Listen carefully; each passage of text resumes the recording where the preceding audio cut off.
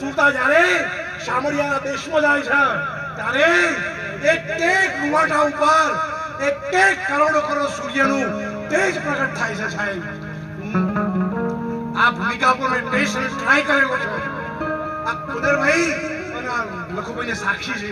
2007માં એક પલોઠી બેસી અને 37 દિવસ સુધી અને પાણી છોડી અને મારી સુરતા શામળિયા ભગવાનના સ્વરૂપમાં લગાવી. ત્યારે એની આત્માની ઓળખાણ કરી છે. શરીરમાંની તેજ પ્રગટ થાય. નિરાવણો કરવાથી સંતોને બોલાવવાથી આત્માની ઓળખાણ થાય એવી નથી. એ ભૂમિકા પર સુરતા જાય.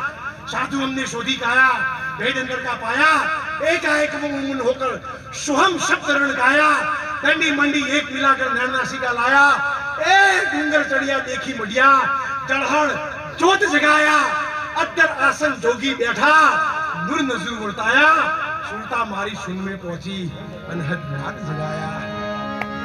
જે અનહદ નાદ છે ને એને સંતોએ ડમરું કહ્યું છે. જે અનહદ નાદ છે ને એને સોમડિયાની મુરલી કહી છે. જે અનહદ નાદ છે ને એને માં સરસ્વતીનું સંગીત કહ્યું છે. અને ગગન મંડળમાં 832 ઘડી વાગી રહ્યું છે. એમાં હરજીભાઈ દરુવાણીની ઘરવાળીની સુરતા લાગી. મધરાતનો સમય હતો અને હેલો પ્રગટ થયો. 500 વર્ષ પહેલા હેલો શબ્દ આવ્યો. હેલો હેલો 500 વર્ષ પહેલા આવ્યો.